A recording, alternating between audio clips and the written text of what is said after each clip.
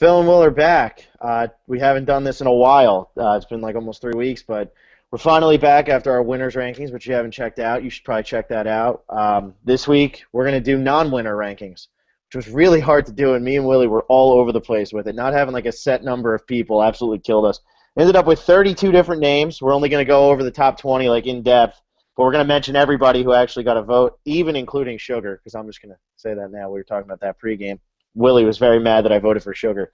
Anyway, so yeah, we're going to go over the top 20 who we think like the best non-winners in the show's history are.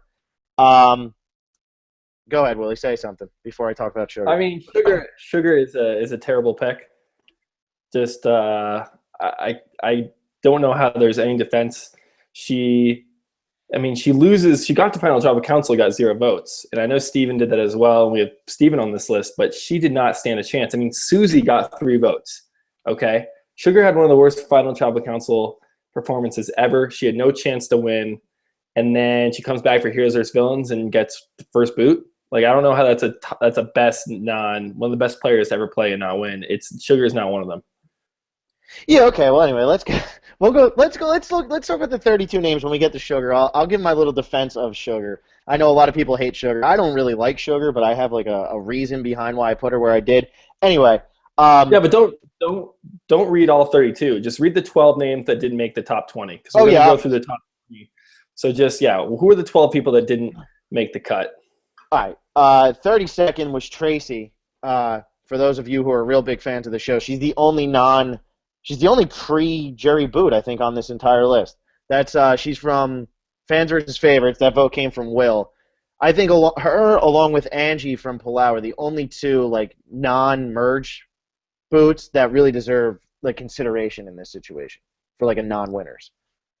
Yeah, I had Tracy. I had her at 25. Phil and I each made a list of 25.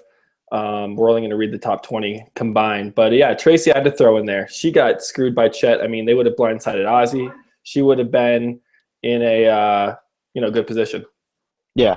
All right, and then tied for 30th, so it'd be 30 or 31. We have Rupert and Tasha.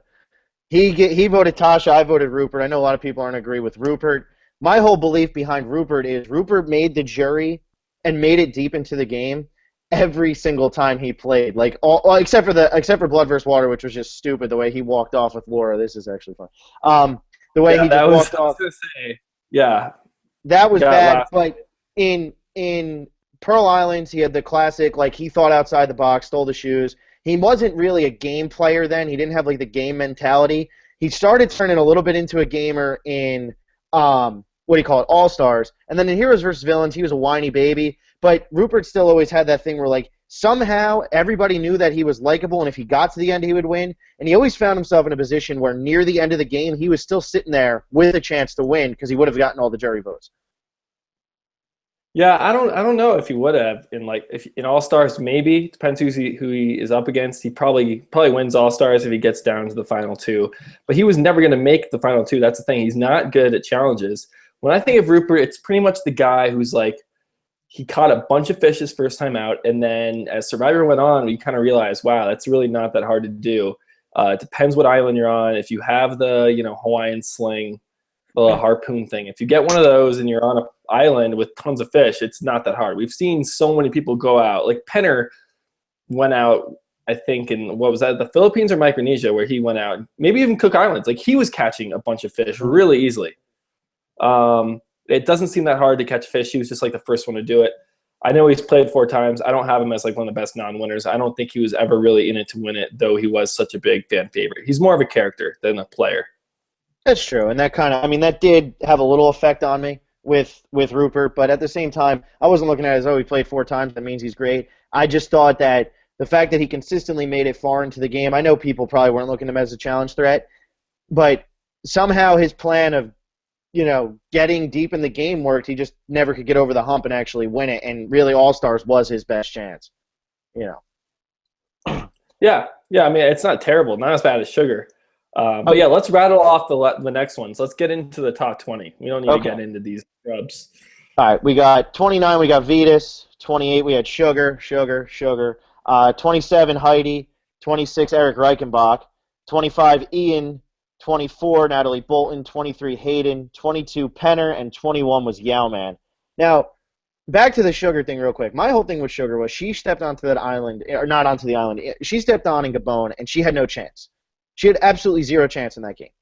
She found Ace, and yeah, she got completely played by Kenny when she voted out Ace, but Sugar was the deciding factor in a lot of those vote-offs, and she bounced around like all over the place. She was able to adapt, and everybody hated her. Like, I know everybody hated her, but she came in and everybody was going to look at her and hate her. No, but everybody's going to look at her and hate her. Like, she had such a chip on her shoulder at the beginning. They were sending her to the Exile Island nonstop. She goes there, she finds the hidden immunity idol. I think she played a good game. She didn't play a game to win. It's almost like Russell. She never really had a chance to win, but she played a good game to get where she did, and she really was the factor in that season, I think. I think her and Kenny were the two factors in that whole season. Yeah, I don't agree. I just don't. I think a lot. You can say, yeah, I judge that person one way. Look at Angie and Palau, as you mentioned. You look at her, no chance. And then what you do with that is you prove people wrong and you get people to like you and say, hey, you know what? That person's not that bad. Sugar did not do that. People just hated her from day one. She cried more than they showed us, supposedly. So she was crying the whole time. She's not. That would be my biggest disagreement with you. Yeah, I get that you're in disagreement, but here's my one biggest thing with everybody hating her, and she cried way more than she was. I don't hate her as a person. As much as I like Gabon as a season, and I love that cast, it is the biggest bunch of douchebags on a season ever. I mean, you had Randy, who hated the world, Corinne, who hated the world, Marcus, who was bitter as hell, Crystal, who just hated everybody. Like, other than Charlie, who did she have to turn to? Like, Maddie, Charlie, and Bob were nice people, but, like, half the season she wasn't with all them, so who was she supposed to turn to? Like, they were very angry, bitter, like, people. Great cast, great season, but, like, the fact that everybody hated her and weren't going to, like, forgive her. Do you remember the Ponderosa there? They wouldn't talk to Crystal and Kenny when they got voted out, the other group. Like, they were just angry people.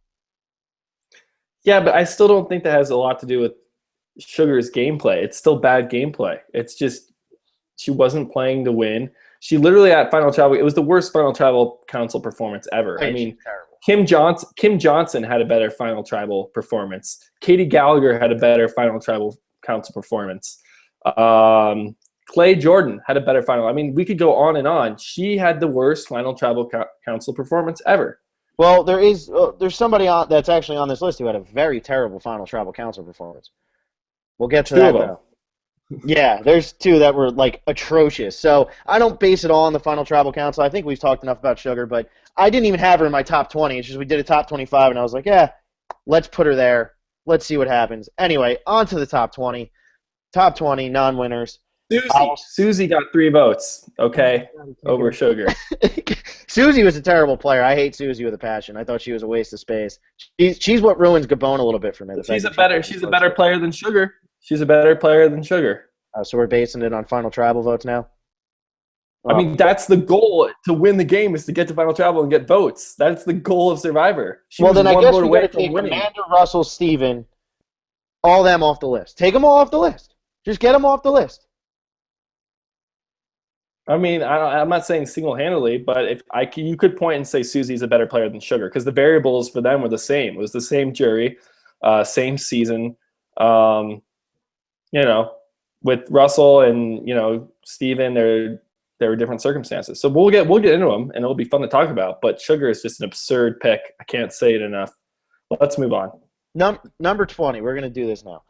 Number 20. Starting off with somebody who's coming up on second chances. We got Terry, and I know Will had made an amendment to his rankings here because he had Terry really high, and then he remembered something. What did you remember, Will? I remember that he had the God Idol, and it was the first one, I think, of its kind. Yes. This was after Guatemala's like one and done Gary Idol. This was the one you could play after the votes were read. And this really helped him a lot. But he did win a bunch of challenges, so I still had him on my list. I had him at 13. If he wins Final Immunity, he wins the game. Simple as that. I mean, he's going to take Danielle. Yeah. And he's a millionaire. He's a Survivor winner. He's not even in this list. That's how I kind of pick people. Who are the closest people to not being on this ranking? Who weren't going to be allowed because they won. And that's how I kind of thought about it. And he came very, very close to winning. 13. Where'd you have him? I actually had him as my last person that I listed. I had him at 25 because it was the God Idol. The way he dismantled that Kasai alliance wouldn't have happened had he not won every single challenge. And I'm not faulting him for winning challenges. Terry's a challenge beast. Like, he still had the social game, too, to back it up. He just did not have the numbers at all. So we didn't really get to see his strategic game so much or his social game until we got down to Final Four, where he made the really good move of helping Danielle make the fire and going up against Cirie and giving her the chance. But then Danielle ends up going against him anyway, so we didn't really get to see him. He never really made that dent into the group that he needed to make. He was close a bunch of times, but he never quite got there. And, yeah, the God Idol never even came into play because he just won every freaking challenge. Yeah, that too. Like, you can't fault him as much for having the God Idol. Like, I fault Yule probably more just because Terry was winning so many challenges. But like I said, he wins that final challenge. He's the winner. So you got to say, wow, that's a pretty darn good non-winner if they're just one challenge away. Yeah, and that's the thing with this whole list, man. I feel like everybody's got flaws as to why they didn't actually win the game. I don't really know what Terry's is, except that he was on the wrong tribe to start. That when they did the tribe swap, he didn't end up on Kasai. I think that's really the only flaw that was in Terry's entire game. And yet you have him at 25. Yeah, I do.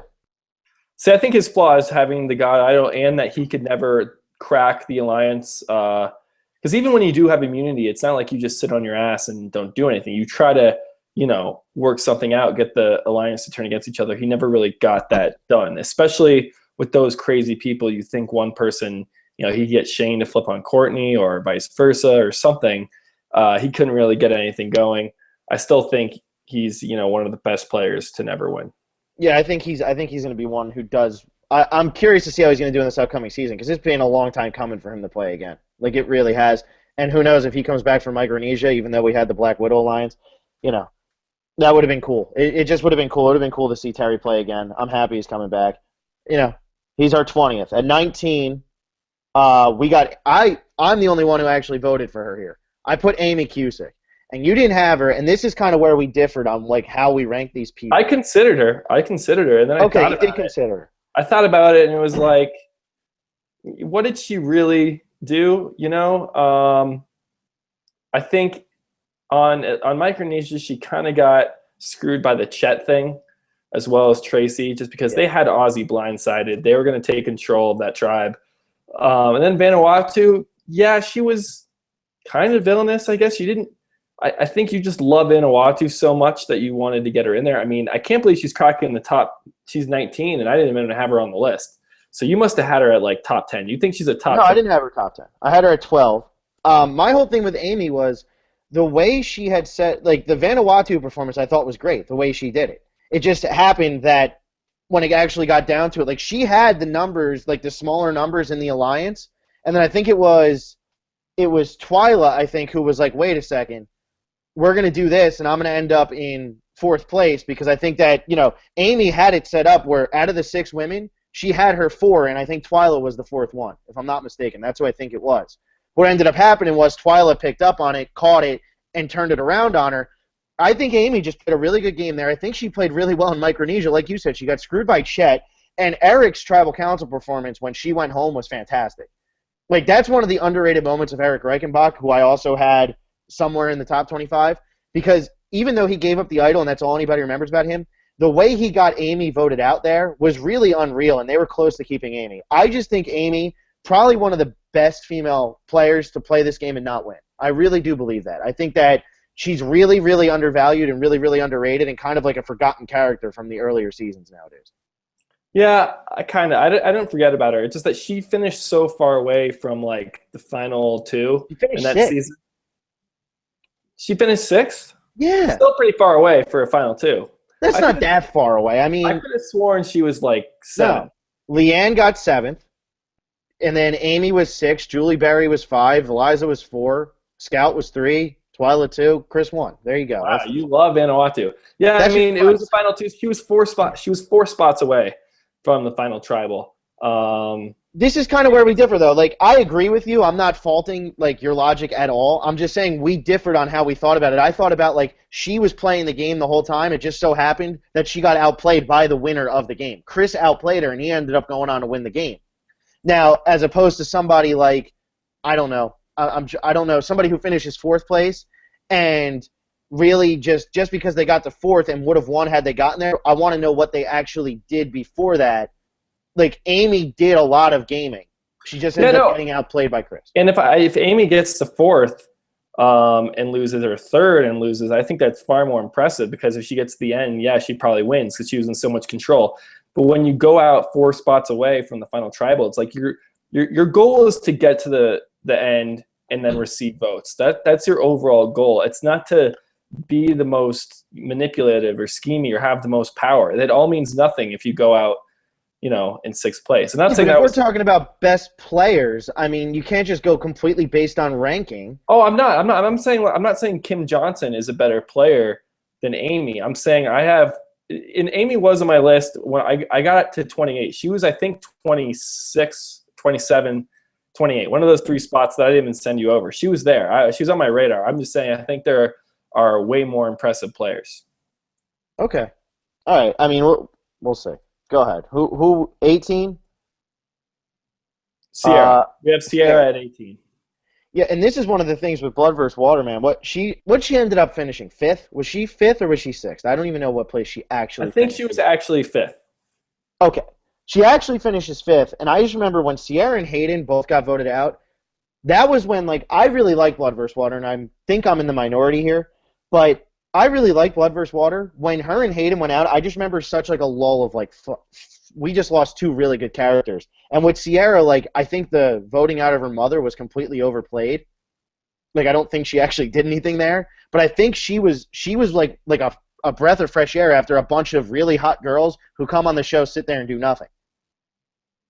Yeah, I like Sierra. What I have her at? I had her at 19. So you must have had her, what, 17?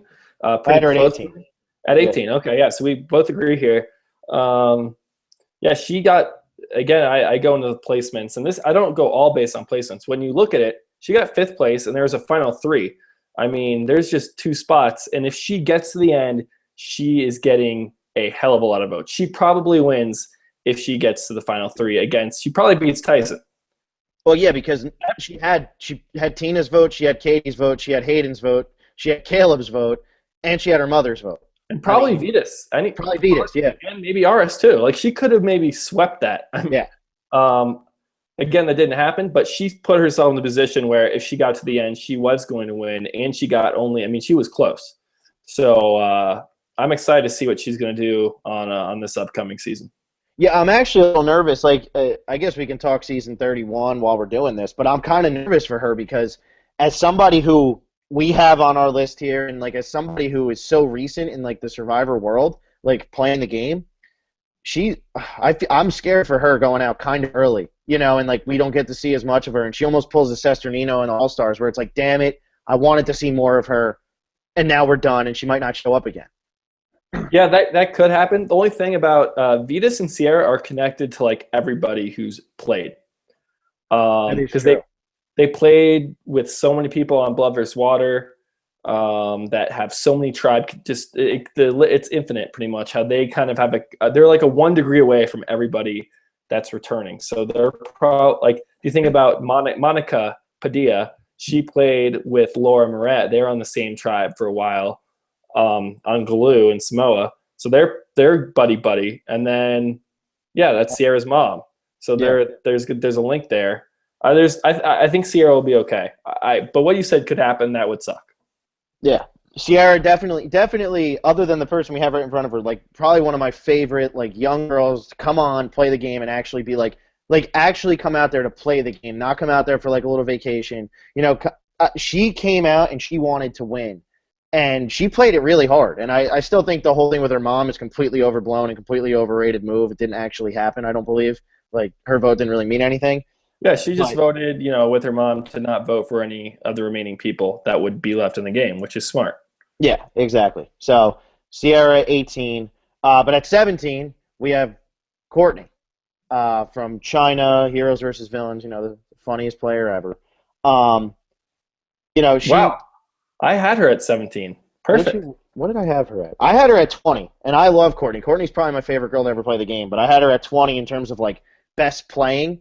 I just think that China game, it was more of like a comedy than anything because she wasn't taking it that seriously, and she just kept finding a way. I'm really impressed with her China game because she does get to the end. Did she get one vote? Two. Two? Hmm. I mean, and she was against Amanda and Todd. China was a rare season. You usually get. I mean, let's look at Fiji just quickly, which was the season right before China. That's Earl, Dreams, and Cassandra. Everyone goes Earl. Even before that, season before that, with the first final three in Cook Islands, you have Yule, Ozzy, and Becky, and Becky gets 0 votes. So you have these people getting 0 votes a lot. China, Amanda and Todd are stiff competition. So kudos to Courtney for getting to the end and then getting 2 votes. So I think she did come pretty close to winning. It's probably the best final three ever, and the thing with Courtney, everybody always looks at it as like Amanda and Todd were each other's right-hand people. Courtney was really like Todd's right-hand woman the entire time. Like the three of them were really tight, and like Courtney and Todd really, I think, bonded more so than Todd and Amanda. I think people might think I'm crazy for saying that, but Courtney had like her finger on everything, and I mean, she went out there against probably one of the toughest casts to beat.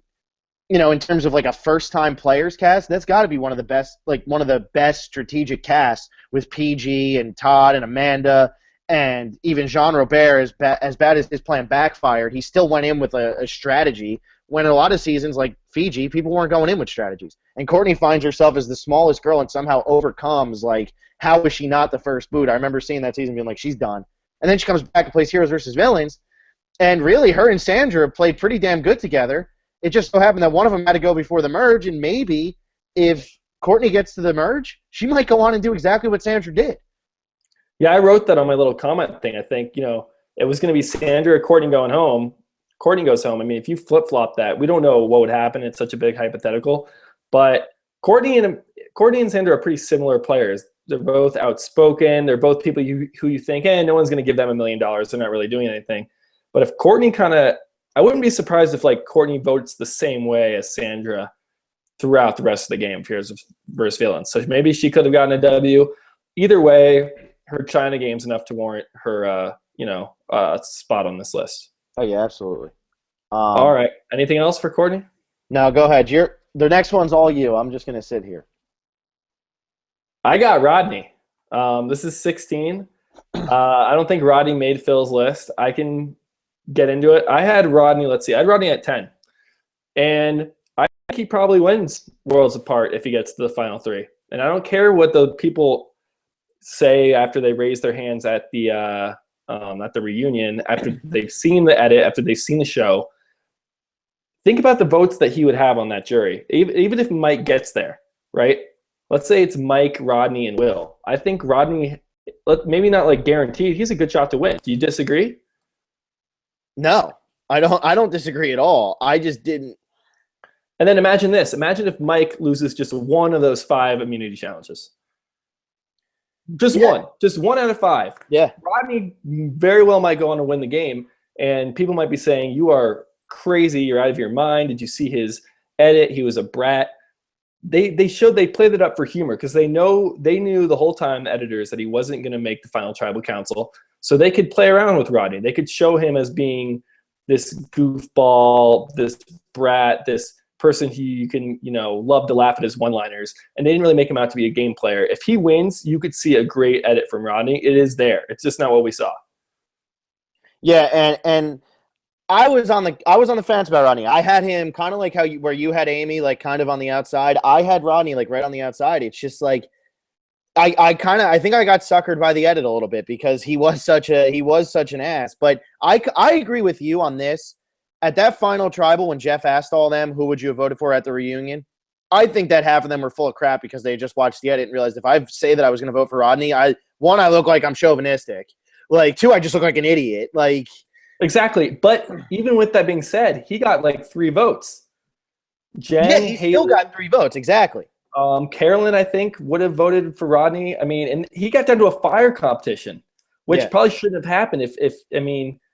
he really came close to winning. I mean, I think he's a better player than a lot of people give him credit for. He got 4th place in his first time out there against really pretty strong competition. Yeah. Even with Carolyn Sierra going right down to the finale, I mean, those are people that got kind of shallow edits. We didn't see much, but they were players. And I think Rodney played a really great social game. He was always working the numbers, as he said. And yeah, I had him at top 10. I think he's one of the best people to not win, honestly. All right. Yeah, I don't have any arguments. I just didn't. He didn't make my final list. That's really all it comes down to. Okay. All right. 15. This is somebody who finally made both of our lists. Kenny from Gabon. And I'm actually shocked at how low you had him. I thought you would have had him higher than you did. I had him at 13. I thought that you were going to have him like top 10 easy. You had him all the way down at what, 18? 18. Well, I had a system for how I ranked them. I can go into it kind of. It's hard to not say it without giving away my top ones. But I kind of wrote a note beside Kenny. He got 5th place, and he would have been tough to beat at the end. Now, if Kenny goes against Maddie, it's not like Kenny is a slam dunk. So that's why he's probably not as high, because there were other people, and Bob too. You know, Kenny doesn't win against Bob guaranteed, but he certainly got so close to winning or to the end, and he would have had a good case because he did do a lot. He was a strategist. He remember when Charlie like took the idol clue and he just like ousted Charlie. Mm-hmm. He lied to Sugar about Ace. I mean, he was playing. He was the strategist. He really came into his own. I do like Kenny a lot as a character. I think 18 is fine for him. We have him at what? 15? That's fine. Yeah, that's fine. Let's just talk about this real quick, though. I mean, do you want to just say who 14 is, and then we can just kind of compare these two and why I disagree with kind of how you ranked them a little bit? Sure. Okay, so 14 is Maddie, and Maddie, I had Maddie really high because you had Maddie in top 5 because he should have. He really should have won Gabon for so many reasons. I mean, Sugar at the last second gives Bob hope in a fire-making contest. If Maddie gets to the end and he's 1 spot away, and this is let's see, yeah, I had Maddie at 6, not top 5. He would have won if he got to the end, 100%. He would have beaten Bob. He would have beaten Susie. He would have beaten Sugar. Kenny wasn't in there at Final Four, so hard to say. I still think he beats Kenny because he was just a way better social player. He was solid strategically and solid physically, really well-rounded. He just didn't get to the end. I mean, if you look at Maddie, because you love Rob C, and I do too. If you look at it, let's compare Maddie and Rob C. Rob C gets 3rd in a Final 2 season. Maddie gets 4th in a Final 3 season. Both would have pretty much swept the votes if they get to the end. That's how I see it. So how can you have Rob C and Maddie so far apart? Here's my problem with Maddie. And I love Maddie. Maddie was probably other than Bob, it was Bob and Maddie were my 2 favorites watching Gabon. So I had Kenny ahead of Maddie. My whole thing with Maddie is, and the reason I don't think you compare him to Rob C completely owned that game. Kenny in this season played the game. I don't feel like Maddie did anything that was huge. Yeah, he was likable, but Maddie was in the majority. Maddie was in the majority, like the whole. I mean, they were underdogs early, but he was with Kenny like the whole time. They were making decisions together. I mean, maybe not pre-merge, but once they kind of got together with Crystal, Maddie was running things and he was playing much better socially than Kenny. And I think if Maddie and Kenny, because we can't sit here and say, let's say Maddie and Kenny goes to the end. Who do you think wins in that vote? Okay, that's who you need to have higher in that list. No. Here's my problem. About making moves. It's not about making moves. It's about getting to the end and getting votes. If you sit here, if you sit here right now and say Maddie, Kenny, let's just say Susie's in there, or Sugar. Let's say it's Maddie, Kenny, and Sugar. Who wins the vote? And if your answer is Maddie, then Maddie is the better player. So right now you're going to say that Yul is a better player than Ozzy. No, that's actually the only case. Okay. This is my problem, though. I feel like the way that we're doing this right now. You knew that it's my only case where I disagree with the jury. That's why I had to say it, though, because there are instances. And here's my problem with this. I feel like you did a who should have won. Whereas I don't think Maddie is a better player than Kenny. I don't think he's a better non-winner than Kenny. Would Maddie have beaten Kenny? Yes. But I also think they got 4 and 5 in the same season. The variables are right there. They're all the same. And Maddie, if they get to the end, it's about getting votes. It's not about having power, running the game. I mean, look at Denise. She goes to every tribal council and she makes it as one of our top winners. Dude, I don't know. I just feel like the difference between Maddie and Kenny is if they were okay, yeah, I get Maddie beat Kenny. Maddie would have beaten Kenny in a final three. I get that. I just feel like in terms of who is a better player, and I get that the goal is to get the votes and win, but you're not gonna. Nobody can honestly tell me, and this is always my example, and you always try to defend it. Nobody can tell me Natalie White is a better player than Russell. She's a better person than Russell, and that's why she won the game. But I don't think she's a better player than Russell. Maddie's a better person than Kenny. He's more social. He gets it. Everybody likes Maddie. Not everybody likes Kenny, but Kenny was a better player than Maddie. See, there's a difference. I totally disagree because playing is about getting votes at the end. It's not about blindsiding people. Number two, here's my second example. It's not about being in control. Boston Rob and Amber. There's my number two. Like, you're going to sit here and tell me Amber's a better player than Boston Rob because she got the votes at the end? I mean, in that season, yeah, but that was also very, very old school Survivor where the game hadn't really developed into a strategic, full-on strategic game. There's so many instances. There's just too many instances. I like Maddie. I think Maddie played a really good game. I thought Maddie was like a guarantee to come back and play this game again. I'm surprised he didn't. But his biggest moment was proposing to his girlfriend on the island. It has nothing to do with the game. That just makes him more lovable to the audience, and it makes it more heartbreaking when Sugar decides that she's going to be like, you know what, forget you, Maddie. Yeah, I still think Maddie's a better player. He's more well-rounded than Kenny. I mean, Kenny, he's not that – he didn't do that well physically. He didn't do that well socially. Maddie is great at all three aspects of the game. Once again, though, let's say you walk onto that island, right? Or it's not an island, it's Gabon. I keep doing that with that. When they walk into Gabon, you see Maddie and you see Kenny. Who are you voting out first?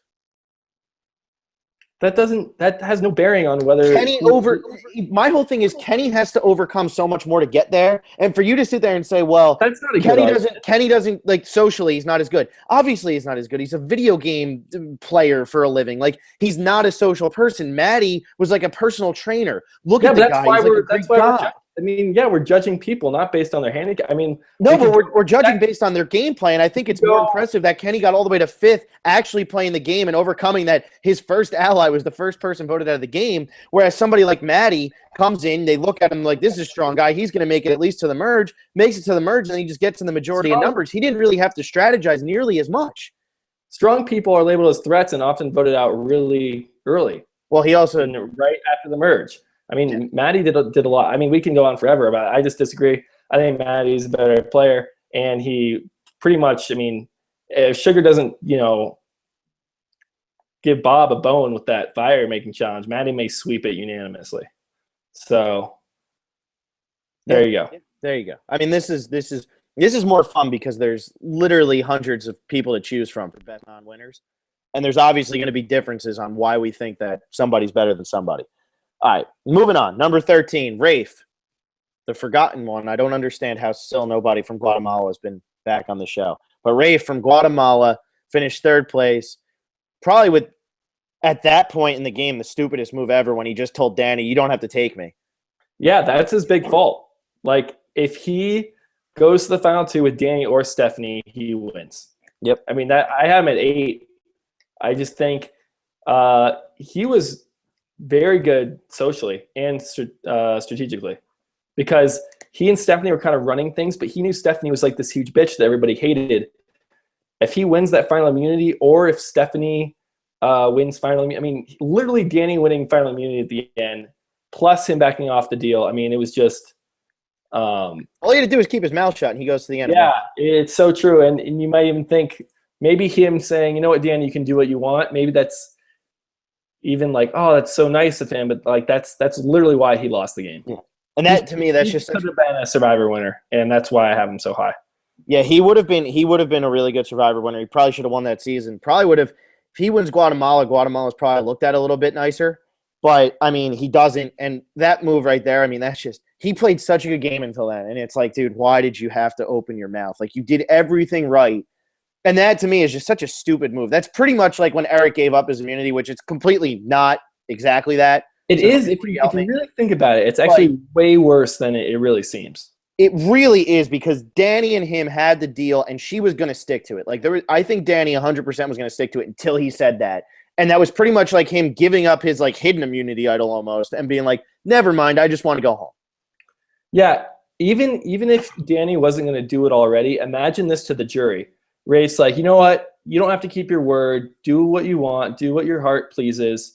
And this is all in front of the jury. Danny's like, okay, well, now that you're being so honest and so nice in front of the jury, there's no way I can take you now. So it was like doubly bad because first of all, you're breaking the deal, and then second of all, you're giving her no reason at all to take you to the end because you're trying to suck up to the jury when you don't even need to because you're going to, get voted out. Yeah. Yeah. Rafe's a mystery to me. I don't understand. I'm surprised he never played again. So I don't think the producers like him very much. Is that a real thing, or am I don't know because I think he was well liked because he was pretty strategic and he was kind of friendly. I like. He was like a nicer version of Kenny. Really. Yeah, a lot like Kenny. Yeah. Probably gets more votes at the end though than Kenny. Probably, especially with the seasons. If you look at the differences in the seasons, Guatemala and Gabon are funny because they're both like really angry, bitter casts. Except in Guatemala, the angry, bitter people made it all the way to the end, whereas in Gabon they didn't. Like the nice guys prevailed in Gabon. In Guatemala, they didn't. I mean, I guess Danny did prevail. Yeah, Danny prevailing kind of counts, but the rest of that cast with Judd and even Lydia was just weird. Stephanie was horrible. Like, what a cast. Right. Moving on, 12. We got Colby. I had Colby way higher than you. I had him at 9. You had him at 21. Mine was pretty much based on Australia. I'm going to be honest. Oh, of course. Mine was too. It's a fatal mistake again. I think this mistake is worse than Rafe's. Yeah, and here's the thing with Colby's mistake. This is bad. Yeah, this is the thing with Colby's mistake. It was almost like almost like he didn't respect the social game. He was like, I won all the challenges, and I'm going to take the girl to the end. Like, we were in an alliance all the time. I'm the ultimate hero. So he takes Tina to the end. I almost don't think he respected that social games could win the game. Like, I thought that he thought just going out there and physically dominating, everybody's going to be like, how could we not vote for him to win? Not realizing how well-liked. I mean, Tina probably played one of the great social games of all time in that season. Yeah, this is like Wu Cass level. Wu choosing Tony. It's like bad. It's that because if Keith was not going to get like any votes. If it was Colby Keith, he wins. 7-0 probably. Probably the only shutout we ever get. And this is worse than Rafe because at least Rafe, like, it was in Danny's hands and it was up to Danny to say, do I want to sit next to Stephanie or sit next to Rafe? Colby, this was like completely his fault. And that's why I know you have a 9. He is an amazing player. Australia was great. He dominated physically. He's the hero. But I pushed him way back because if you're the best, if you're one of the best people to not win, I want you to get like screwed over. I want you to get like, I want something like Maddie where it's like, oh my gosh, Sugar, if she doesn't throw a vote against Maddie and there's no tie for fire making, Maddie wins the game. Colby, this is like, he did not get screwed at all. He did this all, he brought it all upon himself. So I would say Maddie is a better player than Colby. Yeah, I disagree with that because I think Colby, I think pretty much what you just said there is he brought it on himself. Other than him bringing Tina to the end, which he still only lost 4-3. Other than that, he played like perfectly. Like, I don't see what he did wrong. But it's such a bad mistake, and it's a mistake. But I don't think that knocks him below Maddie in terms of player. Oh, I think it does because if you're one of the best people to not win, it should be someone else's fault. Not your fault. Okay, I get what you're saying there. You're pointing the blame. Because I mean, okay, look, there's only one person who can win each season, and if you're not winning, what's your reason for not winning? Is it because of tribe swap? Is it because someone threw a challenge to get rid of you? Is it because of an idol, or is it because you single-handedly made one terrible decision, and if you didn't make that decision, you would have won the game 100%? Like, that's bad. Yeah, I think people are starting to get nervous that Amanda and Russell aren't going to be on our list at all. They might not be. They might not be. I mean, I'm just thinking about that now. It's like, damn, they played terrible at the end. It was their fault. But yeah, it's, my thing with Colby too is he goes into All-Stars and, the All-Stars was a mess, and I'm still in the middle of rewatching it. It just hurts me to rewatch. It's not that great of a season. I mean, it's fun to watch, but it's not that great of a season. Best finale reunion show. Oh yeah, that by far. But the thing with Colby is like, he goes into that. He's got such a huge target on his back, so you can't really take his All-Stars game into account so much. Heroes versus Villains, he was the Walking Dead, but he also got 5th place. Like, he didn't play bad enough to not make it anywhere. You got to remember, at the beginning of Heroes versus Villains, he was on the bottom of every alliance. And then somehow he got them to vote off James over him because James had the busted knee, even though they still voted Tom off before James, which made no sense. But like, he found himself in that 5, and even though he's the Walking Dead, they still made a huge comeback. And he was a part of that huge comeback, and then he's the last remaining hero. Like, by no means is Colby a bad player. It's just, it was funny. No, he's not a bad player, but yeah. I have him just outside my top 20 because I think the people I have in front of him really, they did everything they could to win. Colby did not in Australia. He could have won that game, and he did not because of him.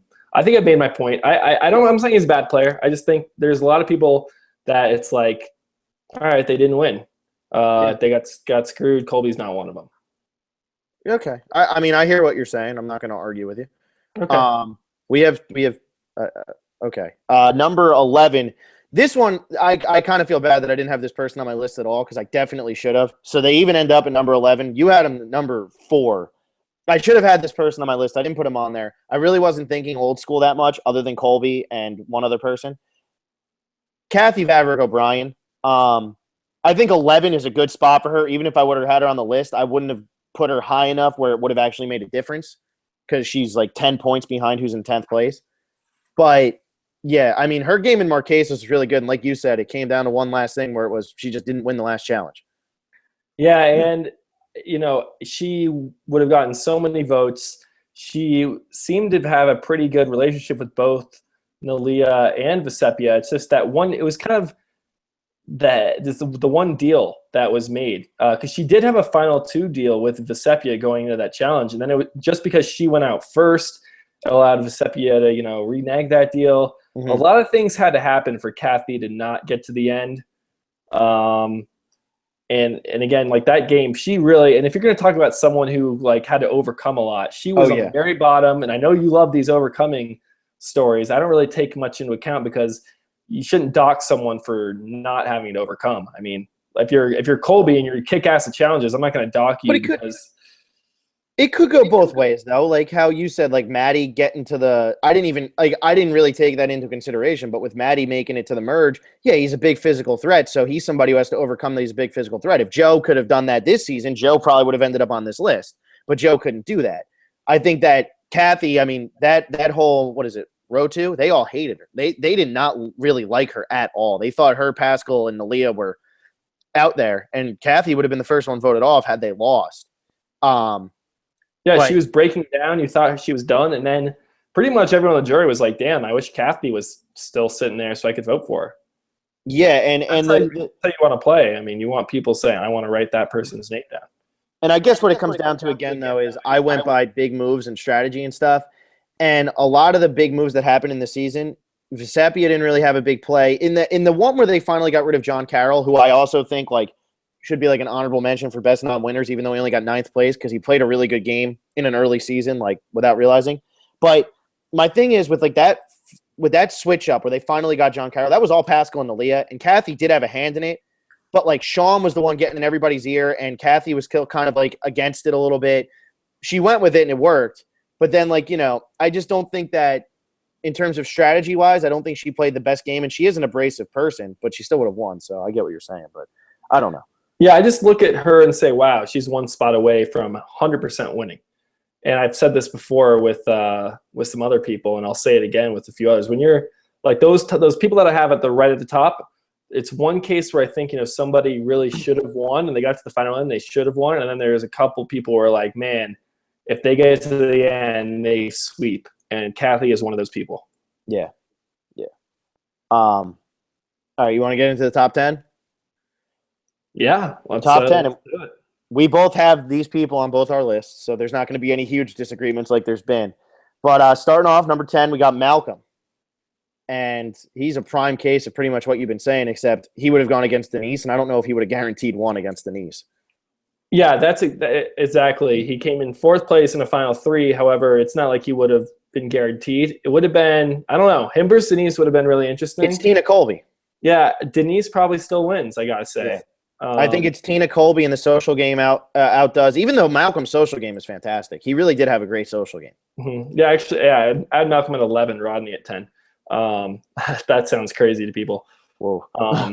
Because I think Rodney has a better shot at being Mike than Malcolm does it beating Denise.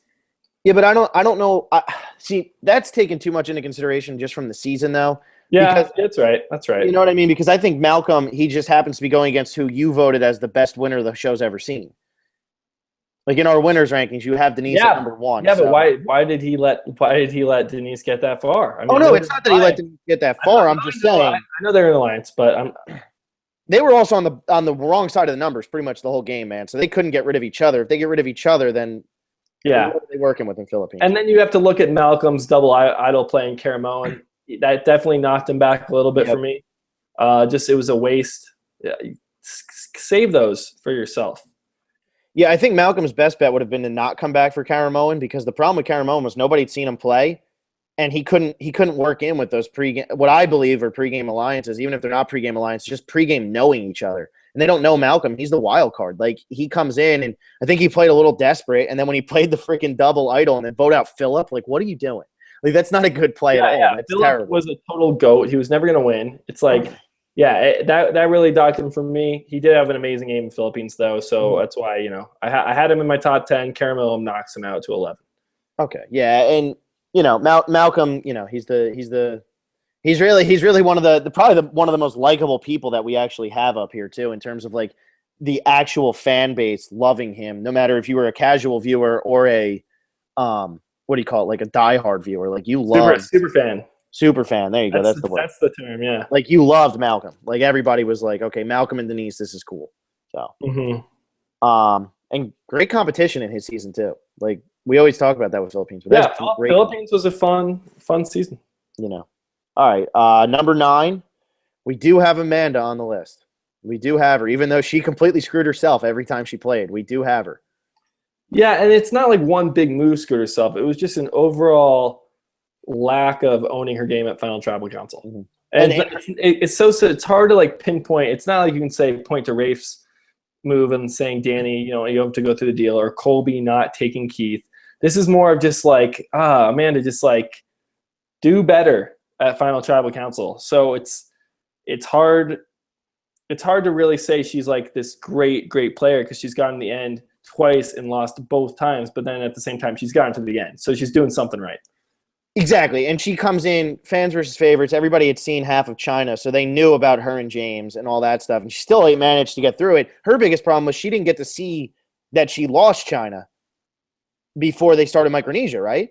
She didn't get to see that, so she didn't get to see that her Final Tribal performance in China was terrible, and she went to Micronesia and did the exact same thing and got killed by Parvati. Yeah. That's what I had Russell and Amanda together, because you kind of think of them. So did I. They both back-to-back Final Tribal Councils and both lost them. So it's hard to say like they're so great, because like if they're so great, why didn't you win? You got there twice. It's really tough. I had Russell 13, Amanda 14. I really didn't know where to put them in amongst like everyone who hasn't won, because some people don't get there, and they would win if they get there, and then some people, it's like, man, I don't know. It's tough. Where'd you have them on your list? I had them 6 and 7. So yeah, Russell's going to be right ahead of Amanda, but Amanda right here, like I don't know. I think that she played a really good game both times. She did lose to two of the, I think Parvati's a little overrated, but she's still one of the best winners of the show, and Todd is unbelievable. So she did lose to two of the best people. If you're going to lose to somebody, you better lose to them. But that's true. She didn't lose to bad. It's not like she went out there and she ended up losing to like Danielle. And then in Heroes versus Villains, that was just the post-merge in Heroes versus Villains was, whatever. And she just couldn't find her way back in. But, China, Amanda, her, Todd, and Courtney, that was a great alliance, like the entire time. The way they demolished the bigger people on that season. The way they got rid of James, John Robert, whoever else was there. They did a good job. And she gets as much credit as Courtney and Todd, I think. It's just Todd won, Courtney was second, and Amanda was third, Yeah, it comes down to just being bad at Final Tribal. So, yeah, that's Amanda. We must have Russell, right after. I was going to say we have them both right after. So Russell's at 8. Russell's always so tough to deal with, because he controls his own game, and he makes moves, and he doesn't let someone else kind of control his destiny. He's always in control, which is something that's great. But his social game is so bad. It's tough with Russell. Very tough. My whole thing is when you look at the rest of his game, everything's a 10. So when his social game's a 1, like his scrambling is probably off the charts. It's higher than a 10. So like his social game being so bad, you just have to look at how well he played that game, how he dismantled the Galoo Alliance. Like he absolutely dismantled it. I mean, the Fobo 4 had no business being 4 of the final 5 people in that season. And it was him, and I get that Natalie had 1 vote, but it was him. Like he was great in that. And then in Heroes versus Villains, he wreaked a little too much havoc that he didn't realize he was doing, but his pre-merge in that season was really, really, really good. The way he took Danielle and Parvati, and the 3 of them were on with no hope. And it's 6 against 3, and they came all the way back, and they're 3 of the final 5 standing people from that tribe. They all make the merge. He's just so unself-aware. He doesn't realize that just because you played the best game, he's one of the people. He's just a bad person. If he realizes that you have to be somewhat of a good person, he wins the game, but he's just a bad person. And I kind of give him the same benefit of the doubt with Amanda, where he did have to play the season right after, so he didn't get to see that he didn't beat Natalie White and that everybody hated him for that. He didn't get to really see that so much, even though he did see it at the Tribal Council. But yeah, I think some people said he knew he didn't win Samoa, but it's hard to say. I mean, he was playing a very similar game. I don't think he changed much. He didn't learn anything really. Russell was one of the first person to find Idol without clues multiple times. I mean, he was dedicated to looking for idols. He was playing the game really hard. The one thing that gets at me with Russell is he says, Survivor should change. America deserves a portion of the vote. And it's just so wrong. And it's like he clearly doesn't get it. He just doesn't get Survivor. If that's the goal is to get to the end and win and get votes from people who you voted out. That's such an interesting aspect of the game. And for him to say America deserves some response for seeing you edited, it's kind of BS. I was such a big fan watching him, make his moves and blindsides and stuff. And he is, like you said, good in that regard. I don't know. I honestly think I have him too high at 12 or 13, wherever I have him, but that's fine for now. He is a great player, I guess. Yeah, and one thing that's really underrated about Russell, and I say this all the time, I think he's probably one of the most loyal players to play. It's just that when you're not in his alliance and he's trying to get you to swing over to him so that he can get that 1 vote, because he's always on the wrong side of the numbers because he is abrasive. So when he uses you the way he used Jerry and Coach, and then he votes Coach out, of course Coach is going to hate him. But he had to use him, so it's still a good move. He just does it in a really abrasive way. He's loyal to his people, except for Danielle, which was ridiculous. But in that first season, he didn't really backstab anyone. He was just on the wrong side of the numbers and used Laura, or not so much Laura. He used John Fincher. He used Shambo. He didn't ever they might have thought they were in, but they didn't realize that they were 5 and 6 because he was that convincing. Yeah, no, I give him credit for that. Another thing in Heroes vs. Villains, once he convinced everyone to write down Coach, he didn't vote for Coach, and then he signed the vote. Yeah. I forget who he voted for, but that was an interesting. He was looking at jury management there in case Coach, made it to the jury, and which he ended up doing. Which then ended up happening where Coach is sitting there and everybody comes back and tells them that Russell really started it. And that's exactly. Ponderosa messes with it. It's tough. All right, the other thing with him too is that JT move when JT gives him the idol. The way he played that up, that's brilliant. That's all fantastic. So it's really hard to knock this guy too hard. I had him at top 6. I didn't think he deserved to be top 5. But, it's hard to keep him out of the top 10. It really is for me. I don't know. I think he's outside top 10 just because the goal of the game is to get the end and get votes, like I've been saying. And it just whizzes right by his head that he needs people to vote for him. And that's, the way you win the game. So it's tough. Tough with Russell. Okay, right, so number 7. Votes. Go. Yeah, Steven. We have Steve. This is high for Steven. Steven at 7. I had Steven at 15. So you must have had him really high. You didn't have him at 15, did you? Yeah. Wow. Yeah, I had him at 3. Oh my God. Getting 0 votes. Yeah, because this is the JT factor, though. Yeah, that's what I put. I said JT happened. It's JT, we talk about it all the time. He's just an anomaly. People love the dude. They would rather have him win than themselves. It was ridiculous. Yeah, because like I get that he lost 7-0, but I honestly think he lost 7-0 to probably the most likable winner that's ever played the game on their season. Like I think he was the most liked ever by anybody. Like I don't even think Earl was that well liked by his cast. I think it was just like a lesser of the two evils. I think JT might have been the most loved character ever on his season, and I don't even think the viewers really responded as well as the cast did. But I'm thinking like Steven's gameplay was fantastic. I mean, he was a strategist. He made the cross-tribe alliance when he went to Exile Island with Brendan and Sierra. When he came in, him and JT didn't have the numbers, and him and JT did everything together. See, that's the thing. JT was the level one. Yeah, like the JT anomaly works. We're using it kind of in his favor, saying, look, he got 0 votes because it was JT. But the reason he pulled so many people over when they merged is because of JT too. So we don't really know how it would have all shaken out. That's why I have him at 15. I think he is a really smart guy and a really great player. He's played once, got second place, never been voted out. We'll see how he does in second chances. But he also had the worst, and I know you said it was Sugar. I seriously think the mix of how good JT's was and how bad Stevens was, this was probably the worst Final Tribal Council performance. You can say Sugar, but Stevens is like 1B then. I don't know. It wasn't that bad. Dude, you think he's going to like break down crying halfway through when JT's just breaking it down. Really? Why are we doing like JT had him by the balls, man. JT owned him. Yeah, JT owned him, but like which made Steven look worse and he couldn't react to it. Steven didn't have a response to anything, and I think that's JT on the offense and Steven not having a counter. Sugar went out of her way to not get votes. Like she would flip off the jury, the people of the jury. And people are like, Sugar, do you know you're trying to win $1 million? And she would just go like this. Yeah. Like, well, now you flipped off all our viewers. That's fine. They need to see Sugar. I mean, if they watch Survivor, they've seen it enough. Yeah, but it's my thing with Steven is like he was on the defense, and really that's the worst part of his game is that he wasn't thinking like JT was going into that final tribal of now I have to backstab JT, and JT got his final backstab at Steven just by throwing him under the bus for every single thing. I mean, I think Steven's probably one of the smartest guys to ever play. I think he was a great strategist, still physical enough, and I think he played great on that season. And that's why I had him all the way up at 3 because I think that he just, it's one of those things where it's anybody but JT and he wins. But JT on that season was ridiculous, like absolutely ridiculous. And like I think you even didn't you write that on your little piece of paper? Like then JT happened. Yeah, I said I got to the end and then JT happened. Yeah, like.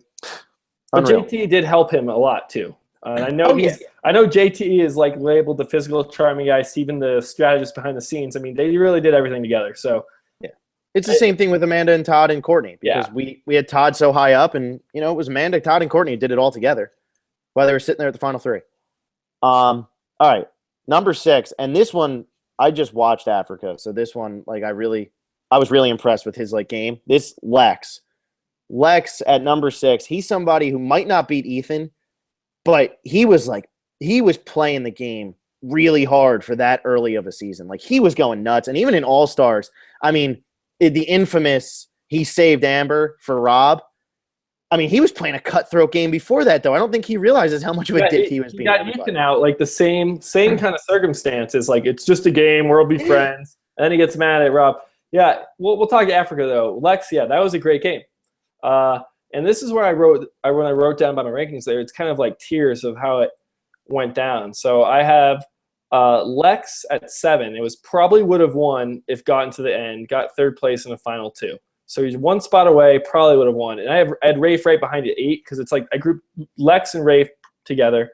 And this is, I'm not saying this is the right way to do this. It was so hard to come up with the best people who haven't won. There's so many people who have played and not won, like, pretty much all of them. And the big thing is they all have that one flaw that they didn't win. So you're right. And there's always a reason why. So I try to pick the people, well, like, okay, why didn't they win and how close were they? Like Lex and Rafe, I mean, they got 3rd place in the final 2. If they get there, they probably win. And then I had people just like, I had Maddie at 6 above Lex because I think Maddie has a better chance against Bob than Lex does against Ethan. I think Lex Ethan would be closer than a Maddie Bob. But back to Lex, he was playing so hard in Africa. I mean, and then Kim of all people wins final immunity. Because Lex had like diarrhea the night. Or no, that wasn't Lex. That was Ethan. Was that? No, that was Lex. Lex had like diarrhea the night before. If Ethan wins, do you think he takes Lex? Yeah, I do. See, like again, it's like Lex wins, he goes to the end. Ethan wins immunity, Lex goes too. So it's like only Kim was gonna not take Lex. Something that I kind of took into consideration, but not heavily, but I had Lex at 10. One of the things that I always found interesting was this was like one of the first really big Survivor mess ups with him and Big Tom getting the answer right, but they told him it was wrong, and then Kim Johnson wins. And the whole time, the plan for Ethan, Lex, and Big Tom was to be the final three. And they wanted Kim Johnson to be fourth. And Kim Johnson wins that. It was the tribal council one where you have to answer the questions about your tribe mates. And Big Tom and Lex got something wrong that was really right. And Kim went on to win because of that.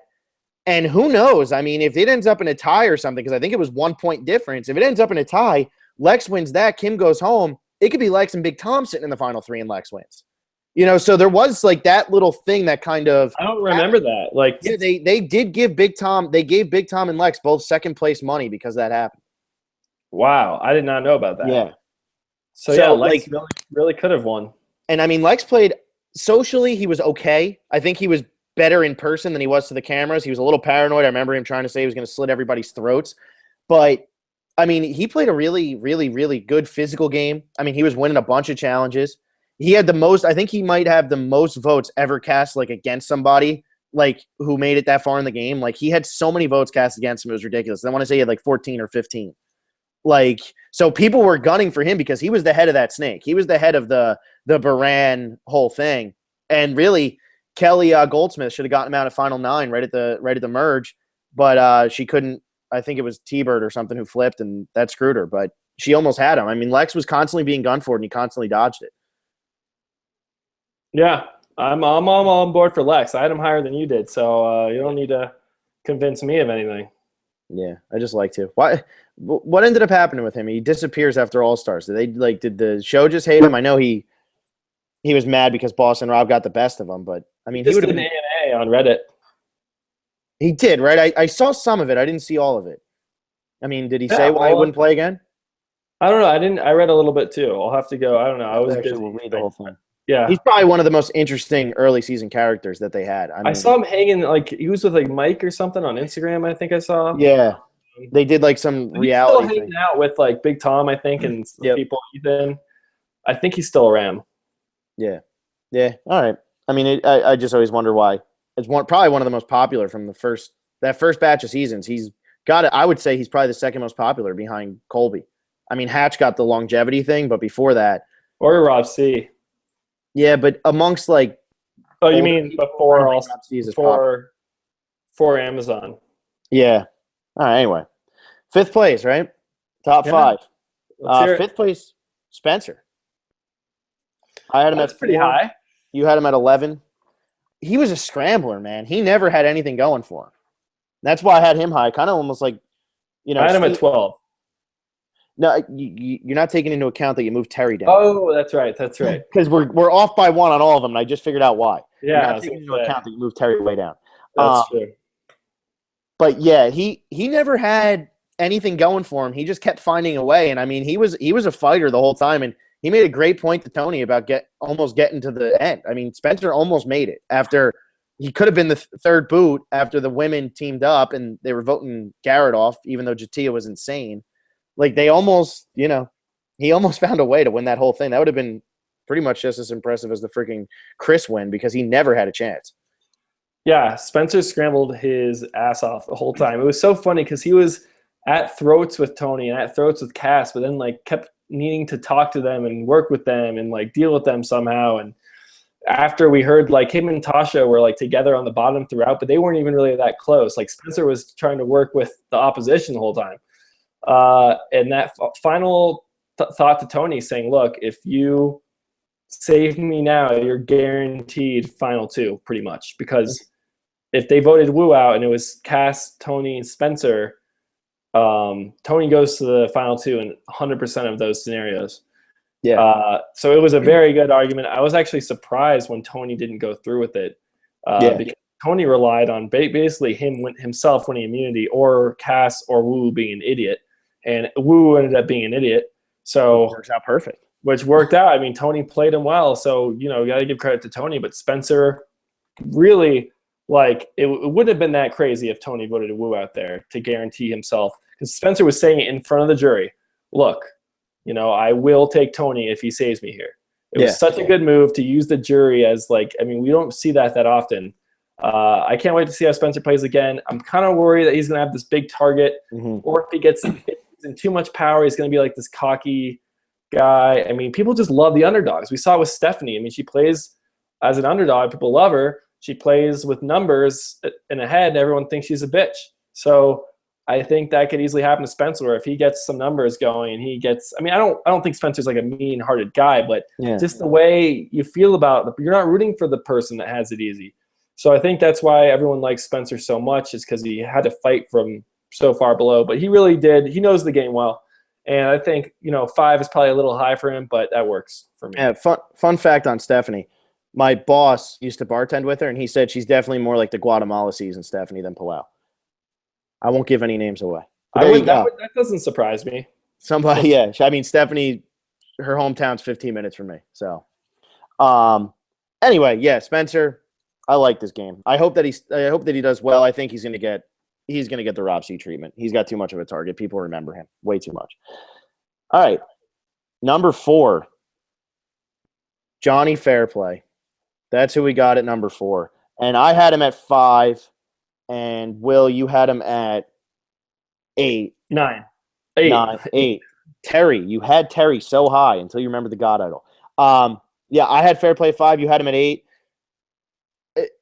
People don't realize Johnny Fairplay would have won that whole game. He would have probably been on the Villains tribe, but he still would have won the game that first time around. And I don't count his Micronesia thing because you can call it a quit. You can call him wanting to be voted out. I don't think Johnny Fairplay came with his head in the game. I think he was kind of trolling Survivor a little bit.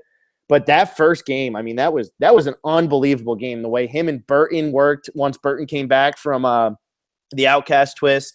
They got rid of Rupert. He was wheeling and dealing the whole time. It wasn't. I think people forget that it wasn't just the one grandma move. It wasn't that. He was lying and spinning people in circles the whole game. The only thing about his game is that if he gets to the end, let's say against Sandra, if he gets to the end against Lil, slam dunk, he wins. If he gets against Sandra, then I don't know, because that was pretty early Survivor where people didn't really respect, lies and blindsides and big moves like they do today. So who do you think wins in a Sandra Fairplay final 2? I think it's 4-3 either way. Yeah, it's so hard to say. That's why I had him at 9. I put him below Lex and Rafe because it's the similar thing, right? Third place in a final 2. I think Lex and Rafe both had great shots to win if they go to the final 2. Yeah. Johnny Fairplay had a 9, or I had an 8 just right below them, because I think Sandra could, if it was against Sandra, she would put up certainly a fight. I guess my biggest thing here is you did it based on who would have won. I did it based on who I thought played better, and I thought Fairplay played a better game than Lex and Rafe. He was thinking before he even got on that island, hey, if you come out here, tell me my grandma died. He was thinking about the game so hard, and then he comes out, and the confessionals he's giving, it's like, wow, this guy's a dick. How could anybody like him?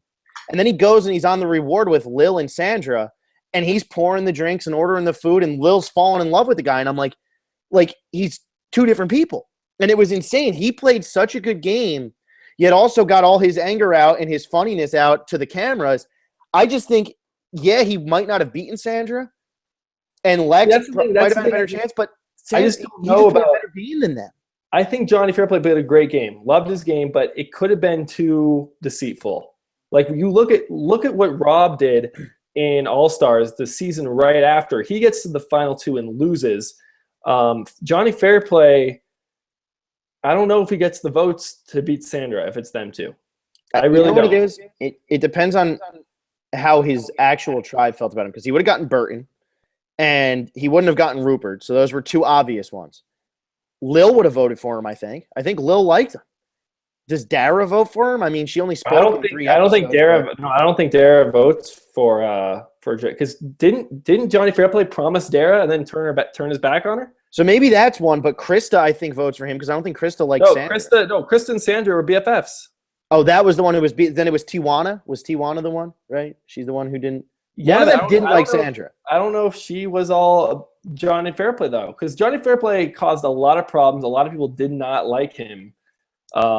So that's my only knock for him. It's not. I don't do it totally based on placement and everything. That would be absurd. But I'm just like I don't think he had as many votes if he had got to the end than we think. But because we saw him play such a funny and awesome game.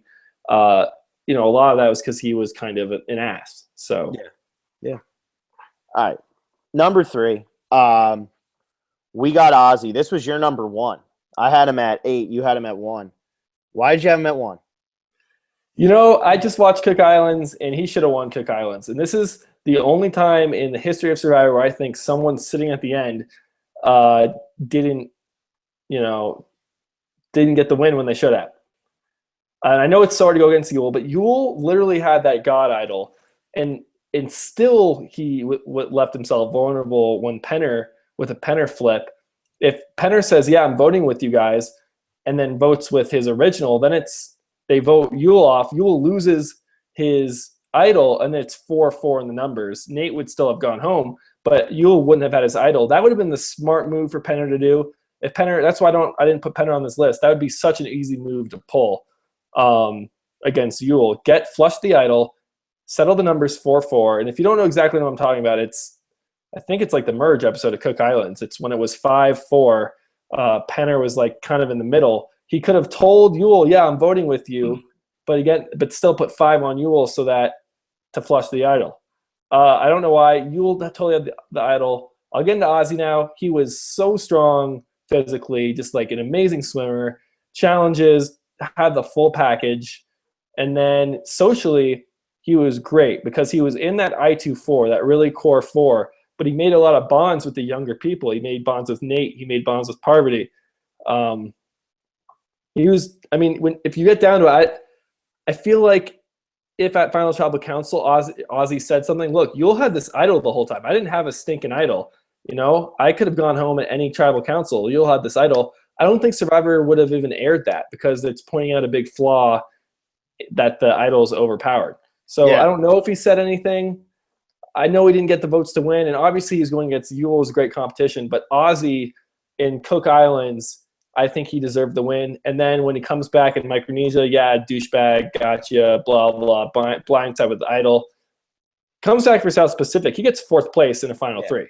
So he wins easily if he gets to the finals in that season because he was on redemption, just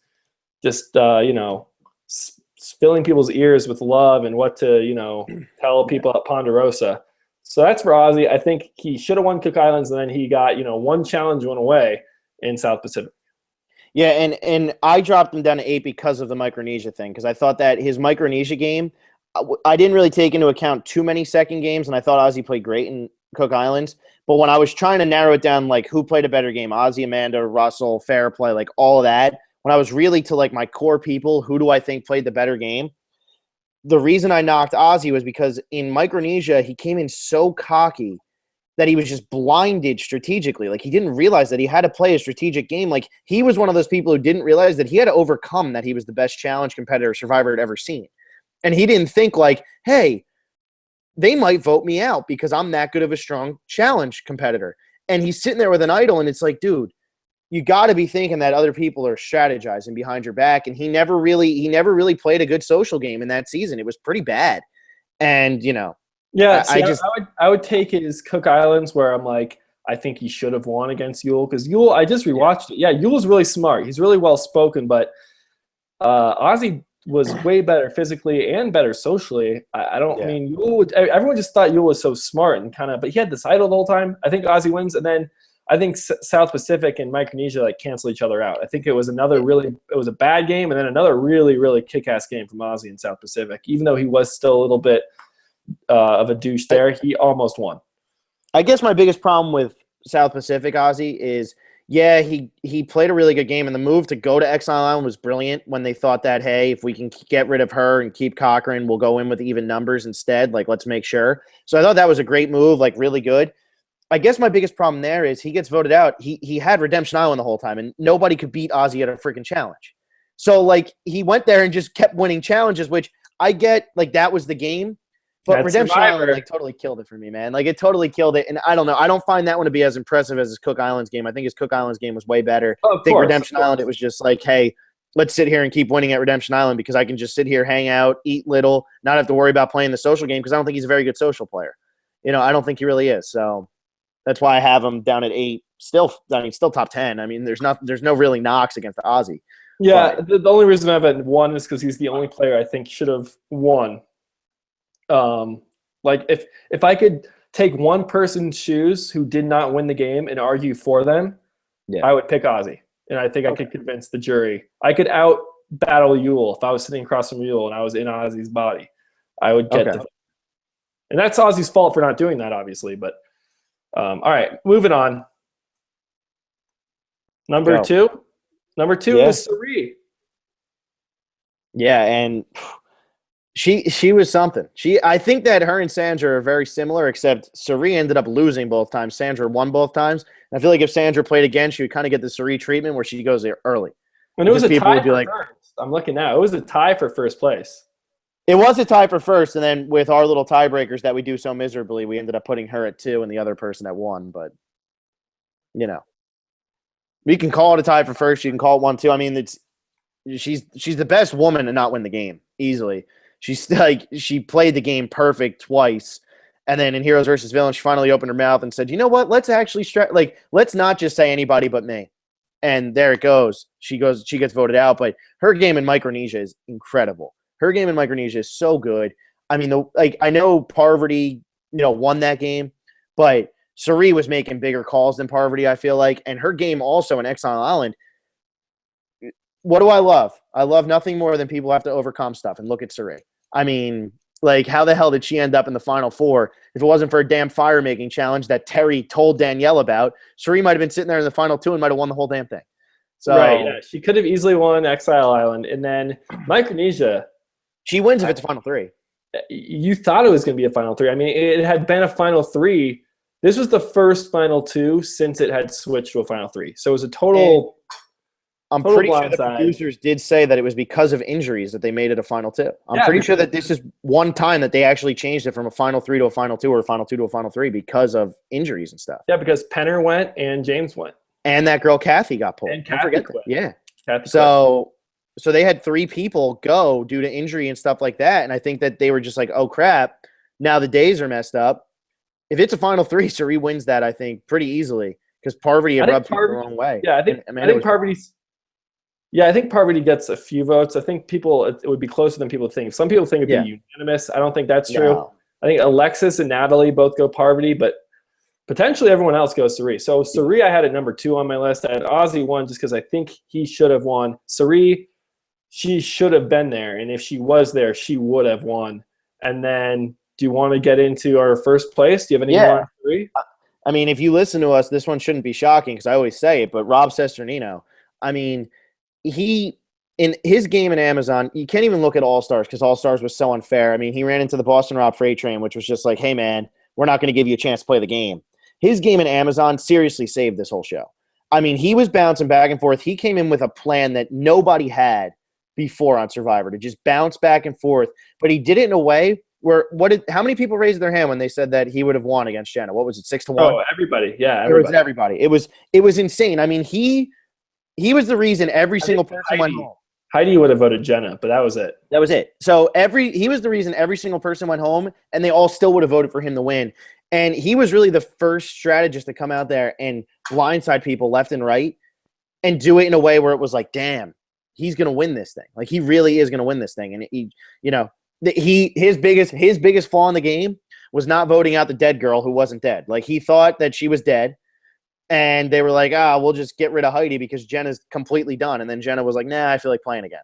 So that was his biggest flaw. And he really didn't do anything wrong. Jenna was just smart enough to not take him.